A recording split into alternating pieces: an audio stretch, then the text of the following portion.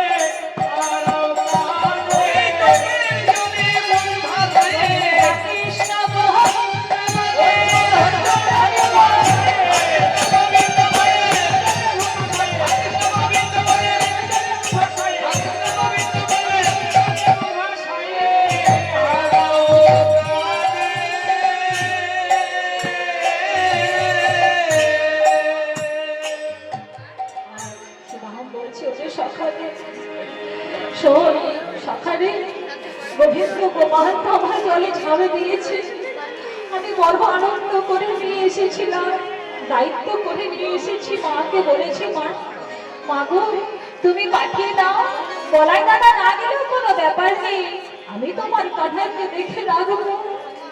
এখন আমি কেমন করে ঘরে যাবো? তুই কেন এমন করে ঝাড়ে দিবি কাঁধা?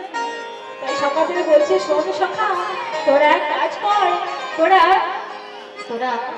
দু চারজনে গিয়ে মাকে একটু জানিয়ে দেয়, মাকে জানিয়ে আয় যে আজ মানবের এই অমঙ্গল হয়েছে। তাই এই বার্তা কহ গিয়া মাতার পিতানন্দ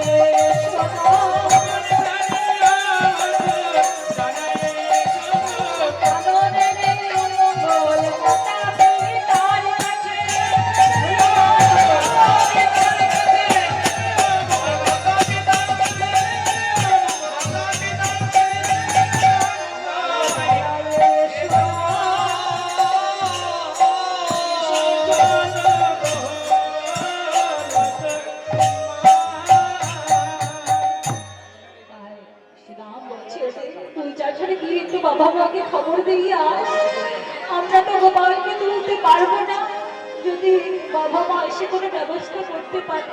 যা যা তোরা ছুটতে ছুটতে যা। তাই সে বাবার কথা মতো আর ছুটতে ছুটতে সকাল যাচ্ছে। মা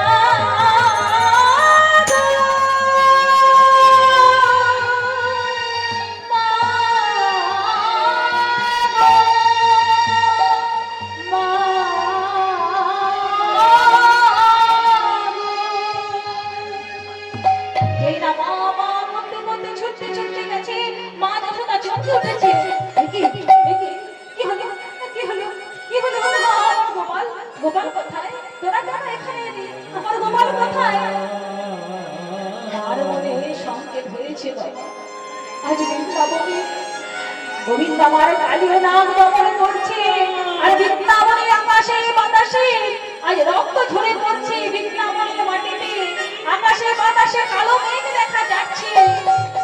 আমার মনে সংকেত হয়েছে, মা আজ তাকে বলেছি, ওগো আমার মনে বড় সংকেত হচ্ছে, জানি না আমার গোপাল একা গেছে, জানি না কি হচ্ছে গোপাল। যেই নাই কথা বলছে মা মা করে ছুটতে ছুটতে সকালে এসেছে। মা যশোদা বলছে কি আমার গোপাল কোথায় গেছে? কি হয়েছে আমার গোপালের? তোরা কেন ছুটতে ছুটতে এসে? আমার গোপাল ভালো আছে তো বাবা? ছেলের অমঙ্গল হয়েছে, তাই মার মনে কি আর সংকেত দেখা না দেয়? তাই মা কাঁদতে কাঁদতে বলছে কি হয়েছে আমার গোপাল, কি হয়েছে গোপাল? বলতে পারছে না বাবা। গোবিন্দ আমার কানে রোদে ঢাল দিয়েছে, এই কথা বলতে পারছে না। পিতা বলছে ওরে বল না কি হয়েছে, মাথা করছে বলো না। বলছে বাবা মা তোমরা চুপ করো, আমি দেখছি আমি দেখছি কি হয়েছে। তাই বলরাম বলছে, বলরাম উঠে বসে সবে জিজ্ঞাসিল,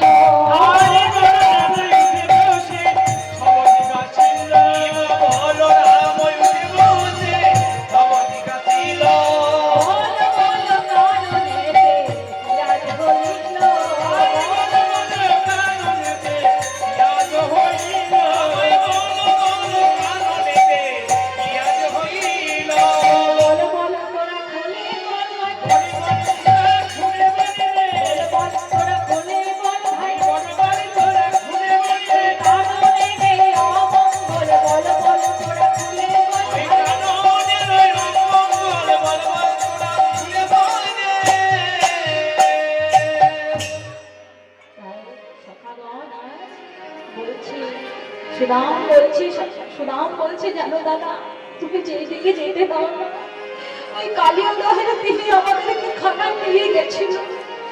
জানো দাদা আমরা সবাই ওই কালিয়া দহের বীজ যখন পাঠ করেছি, জানো দাদা আমরা সবাই অচেতন হয়ে গেছিলাম, কিন্তু কিন্তু কানাই আমাদেরকে বাঁচিয়ে তুলেছে।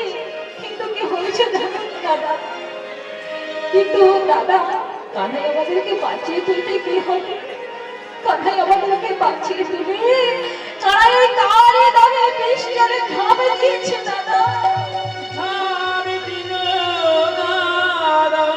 এই কথা জেনে শুনেছে পানি সাগর সাথে বিনামে কি বন্ধুর পান ইহা কর্ম ত্যাগে আসলে ভগবান কানা জতে হলো দেখিত মত ভাইয়া চলে কালী নয়।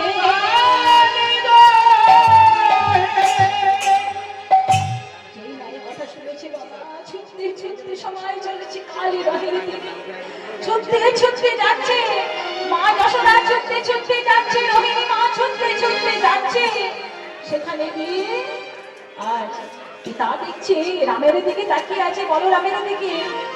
এই যে বলরাম কেন এত সুন্দর ভাবে ধৈর্য ধরে আছে?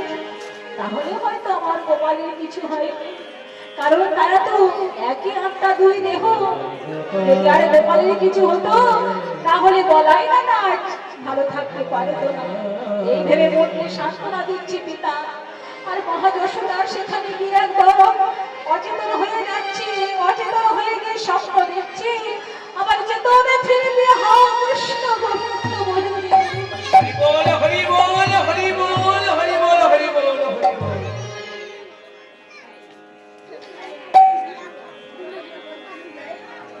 তাই না কৃষ্ণের জন্য কেঁদে কেঁদে আর কৃষ্ণকে বলছি, ওরে তুই এইরকম কেন করলি বাবা? তাই কখন চেতন হয়ে যাচ্ছে, কখন অচেতন হয়ে যাচ্ছে। তাই মা আজ কাঁদছে। বলে মা কাঁদিতে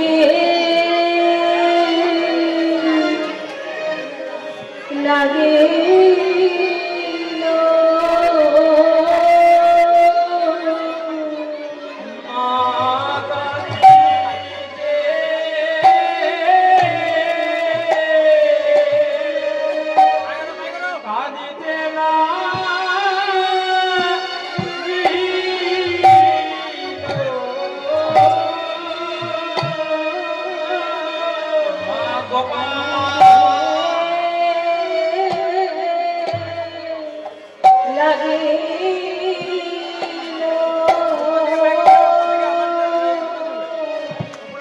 বলি গোপাল